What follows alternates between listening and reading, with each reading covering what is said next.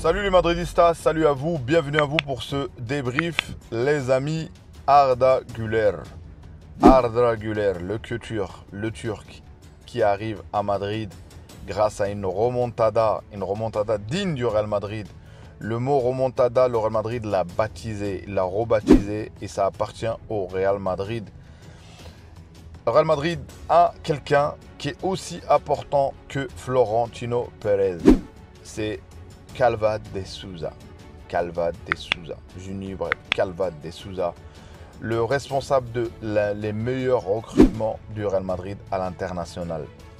Vinicius, ça vous dit quelque chose. Rodrigo, ça vous dit quelque chose. Casemiro, et j'en passe, il y a énormément de joueurs. Il s'est rarement trompé. J'espère que ce prodige, Arda Güler, qui a choisi le Real Madrid, il y a un projet. Il y avait le FC Barcelone qui était devant nous.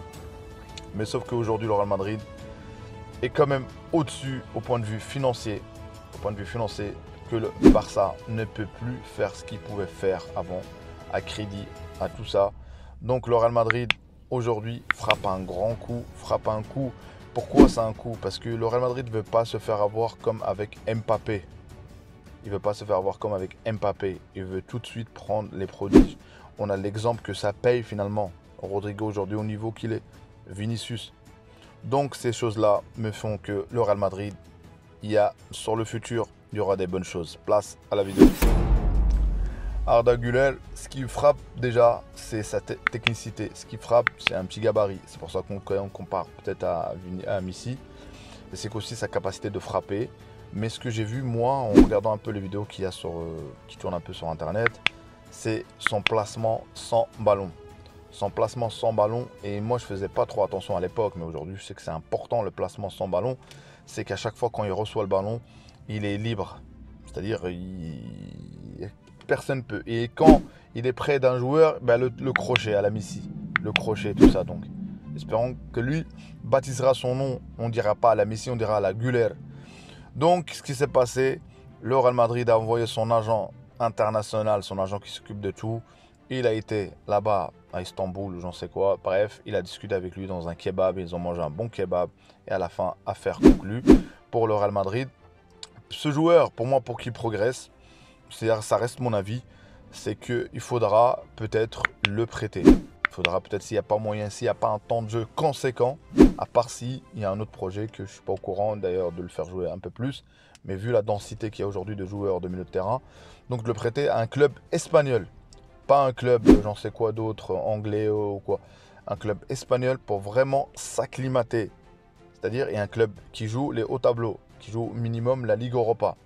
Parce que si tu prêtes un club espagnol qui joue les relégations, ça ne sert pas à grand-chose.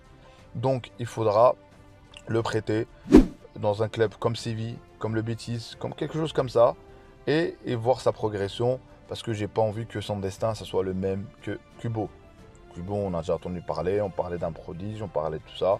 Le Real Madrid l'a prêté énormément, bref, il a essayé de faire en sorte, mais finalement, à la fin, il n'y a rien eu, ça fait pchit. Je dis pas que il n'est pas bon, mais voilà. On s'attendait à beaucoup plus sur ce joueur.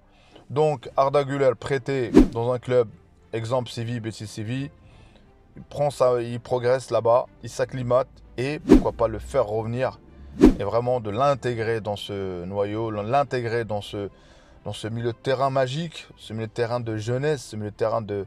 J'ai l'impression que c'est une école de foot. C'est une école de foot, ce milieu de terrain. C'est incroyable, cette jeunesse. Je ne sais pas qui va rester. Est-ce que... J'avais parlé de Valverde, peut-être son départ concernant la recrue. Il y en a vraiment marre, franchement. De Mbappé, il vient, on vient pas. J'ai fait une théorie. Peut-être que je me trompe sur les clauses ou pas, mais j'ai dit peut-être qu'il pourra avoir une combine. Je ne sais pas. Mais j'espère me tromper. J'espère que ça se fera cette année.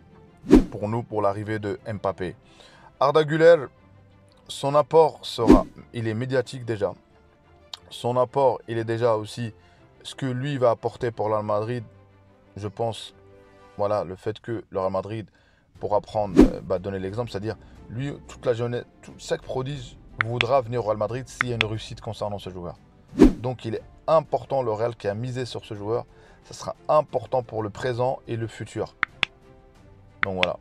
Et aussi remercier Calva de Sousa. Le remercier parce que ce recruteur, Il est, comme j'ai dit, responsable de beaucoup de recrutements phares. Et je ne vais pas le répéter encore. Casemiro, Rodrigo, Vinicius, vous avez le CV. Aujourd'hui même, eux là, vous avez le CV. Odegaard. Donc vous avez le CV de ce qu'il est capable, l'homme dans l'ombre.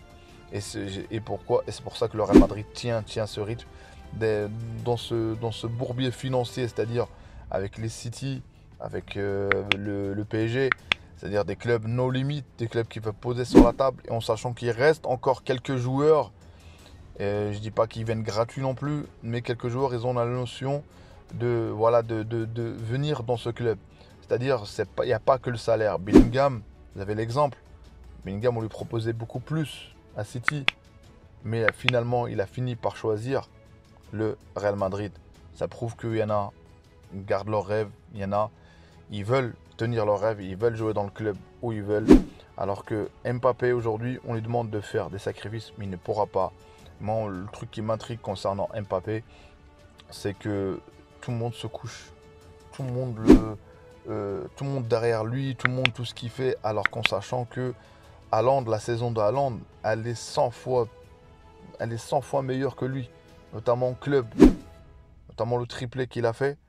Mais on continue parce que c'est l'effet marketing, c'est l'effet, la médiatisation de le Real Madrid, le fait que le Real Madrid le convoite comme le futur CR7, comme le futur.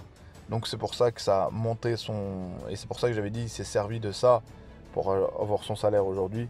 Donc je sais pas c'est quoi la suite concernant Kylian.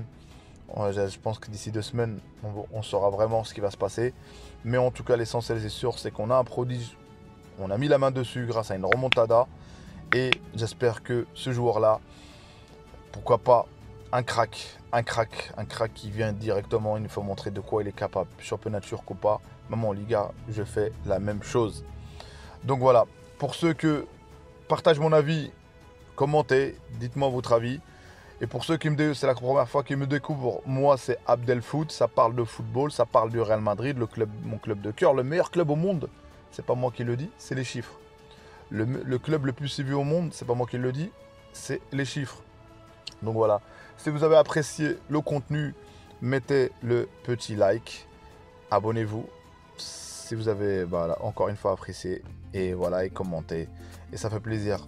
Ceci dit, il y aura des lives bientôt, mais pour l'instant on attend que la communauté grandisse, et à ce moment là on pourra discuter en live, poser vos questions, ou si je poserai mes questions à vous aussi, et échanger avec vous. Et c'est grâce à ça que je progresse, c'est grâce à ça que je m'informe. J'ai peut-être des infos, vous avez plus que moi, donc c'est au pluriel, et du coup, et c'est comme ça qu'on apprend. Mais l'essentiel, quand je fais une vidéo, c'est de partager ma passion du football et d'oublier un peu de parler. Je sais que le football c'est rien dans la vie, mais c'est quelque chose que qui nous fait, c'est un petit plaisir. Donc voilà, merci, abonnez-vous, commentez, likez, à une prochaine vidéo. Ciao.